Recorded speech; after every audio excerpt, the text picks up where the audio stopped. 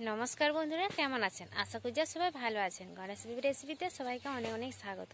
আজকে আমি silver cup মাছ দিয়ে দারুণ একটা রেসিপি বানিয়ে শেয়ার করব বন্ধুরা। আজকে হচ্ছে সিলভার কাপ মাছের কাঁচা সর্ষের রেসিপি। আমি কেমন করে বানাই তাহলে প্রথম থেকে লাস্ট পর্যন্ত দেখতে থাকুন।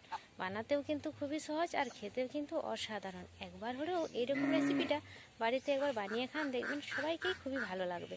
তাহলে চলো আর দেরি না করে ঝটপট করে বানিয়ে ফেলি সিলভার কাপ মাছের কাঁচা সর্ষের রেসিপি। দেখতে থাকুন প্রথম থেকে লাস্ট পর্যন্ত।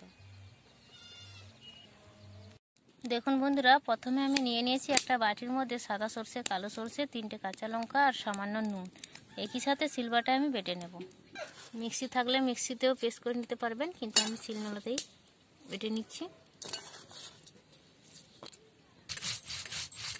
বন্ধুরা, এখানে একটা আমি বাটি নিয়ে নিয়েছি আর সিলভার কাপ মাছটাকে আমি ভালো করে কেটে ধুয়ে পরিষ্কার করে নিয়েছি। এবারে দিয়ে দিচ্ছি আমি 3টা।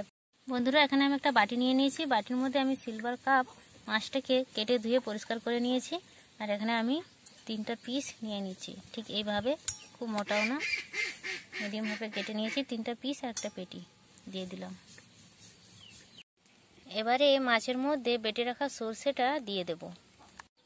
সর্ষেটা দেওয়ার পরে এবার দিব তো স্বাদ মতন নুন, হলুদের গুঁড়ো, ছোট ছোট করে কেটে রাখা টমেটো।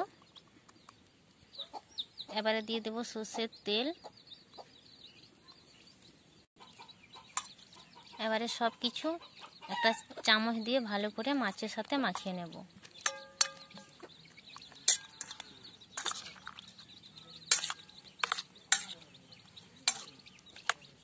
দেখুন বন্ধুরা, ভালো করে আমি মাখিয়ে নিয়েছি। এবারে উপরে 2টো কাঁচা লঙ্কা দিয়ে দিচ্ছি কেটে। কাঁচা লঙ্কা দিয়ে দিলাম। এই যে দেখুন বন্ধুরা, চুলাতে আমি উনুনটা ধরিয়ে একদম আঁচ করে নিয়েছি। এবারে বাটিটাকে আমি চুলার মধ্যে বসিয়ে দেব এইভাবে। এবারে এই যে একটা ঢাকনা নিয়েছি, ঢাকা দিয়ে দেব। হতে থাকুক 5 থেকে 6 মিনিট। দেখুন বন্ধুরা, আমার রান্নাটা হয়ে গেছে। বাটিটাকে আমি উনুন থেকে বার করে নিয়েছি, একটা প্লেটের মধ্যে তুলে নেব। দেখুন বন্ধুরা, প্লেটের মধ্যে আমি পেড়ে নিয়েছি। দেখুন কতটা সুন্দর হয়েছে আর কালারটা খুব সুন্দর, দারুণ কালার হয়েছে। দেখুন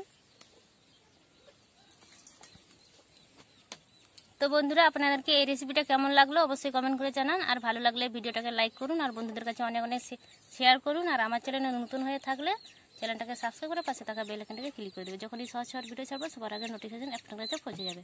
তো বন্ধুরা, সবাই ভালো থাকবে। ভিডিওটা আমি এখানেই শেষ করলাম।